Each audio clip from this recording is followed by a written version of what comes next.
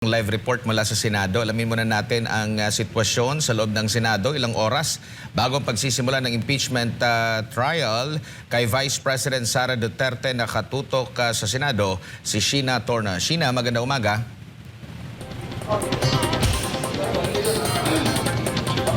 Admar, Jade, magandang umaga. Set na nga ang Senado na magsisilbing impeachment court para nga sa paglilitis kay Vice President Sara Duterte simula ngayong araw. Alas 2 ng hapon ay formal nang sisimulan ng Senate Impeachment Court ang paglilitis kay Vice President Sara Duterte. 4 na articles of impeachment ang kinakaharap ng Vice Presidente. Kabilang dito ang Article 1 o ang umano'y maling paggamit ng confidential funds. At ang Article 2 na may kaugnayan sa umano'y hindi maipaliwanag na yaman nito. Kasama rin ang Article 3 o ang umano'y panunuhol at korupsyon sa Department of Education o DepEd. At ang Article 4 o ang umano'y pananakot kina Pangulong Bongbong Marcos, First Lady Liza Araneta Marcos at dating House Speaker Martin Romualdez. Sa ilalim ng pre-trial order na inilabas ng impeachment court, 11 araw na trial dates ang itinakda para sa pagtalakay ng Article 4, 31 araw naman para sa Article 1, 8 araw para sa Article 3 at 12 araw para sa Article 2. Sa kabuuan, umabot sa 62 araw na trial dates ang hiniling ng prosecution panel sa Senate Impeachment Court para sa paglalatag ng kanilang mga ebidensya at mga testigo. Samantala 30 araw naman na trial dates ang hiniling ng defense team ni VP Sara Duterte. Magtatagisan ng ebidensya at argumento sa impeachment court ang bawat legal team ng depensa at prosecution. Ang House Prosecution Panel ay binubuo ng 11 miyembro sa pangungunan ni Lead Prosecutor Representative Jervil Luistro. Samantala 16 na abogado naman ang bumubuo sa defense team sa pangungunan ni Attorney Sheila Sison. Aabot sa 57 witnesses ang ihaharap ng prosecution, habang 45 naman ang ihaharap ng depensa. Pero sa mga nabanggit na bilang, 17 ang common witnesses ng magkabilang panig.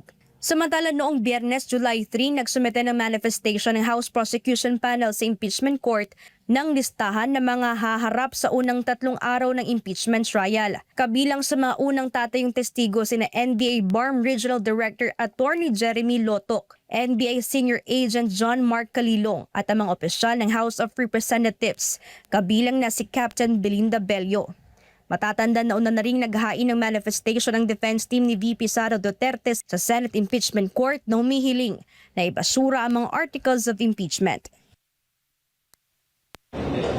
Jade, Ed, Admar, sa mga oras na ito ay payapa pa dito sa loob ng Senado. Wala pa namang nangyayaring mamibigat na mga istorya dito at wala pa rin tayo nakikita mga senador. Pero mamayang alas 8 magkakaroon ng flag sem na papangunahan yan ni SP Gatchalian. Magkakaroon din siya ng speech at 10 a.m. naman ng umaga mamaya ay magkakaroon ng caucus itong majority senators para isapinal at pag-usapan nga kung sino ba talaga yung tatayong presiding officer. Dahil base nga sa Senate rules or sa impeachment rules, dapat yung Senate President yung uupong presiding officer. Pero doon nga sa inamyandahang Senate rules ay maaring pumili yung mayorya kung sino ba talaga yung ilalagay nila na presiding officer na papanguna or mangunguna nga sa impeachment trial. At umuugong na nga yung pangalan ni Senator Cheese Escotero. Pero una na rin iginiit ni SP Gatchalian na siya talaga yung magiging presiding officer bilang siya din yung Senate President.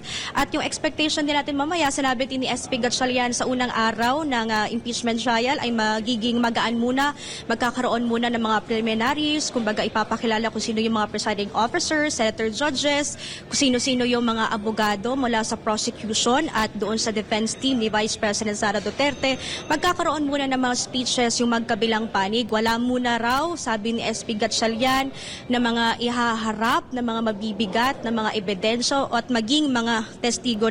At sa mga oras na ito ay tiniyak na rin, naka-full alert na rin yung seguridad dito sa loob ng Senado ng Office of the Senate Sergeant at Arms. Bukod doon sa 6,000 na mga pulis na nakadeploy sa labas ng Senado ay magkakaroon din ng mga pulis at maging ng OSAA dito sa loob ng Senado. At patungkol naman doon sa BIR box, sinabi ni SP Gatchalian, pagdedesisyonan mamaya kung bubuksan ba talaga yung BIR box. Pero una na rin sinabi ni Senator Ping Lacson na ibabalik nila doon sa House of Representatives representatives yung BIR box at Marjade.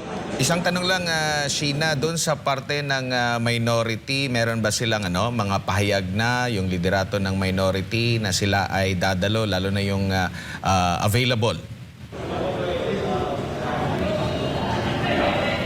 Wala namang isang minority senators na nagkumpirma na hindi sila dadalo Admar dito nga sa mangyayaring unang araw ng impeachment trial. Pero una na rin nagpasabi itong si Senator Robin Padilla na kung ilalagay mang presiding officer si Senator Chis Escudero ay tututulan nila ito.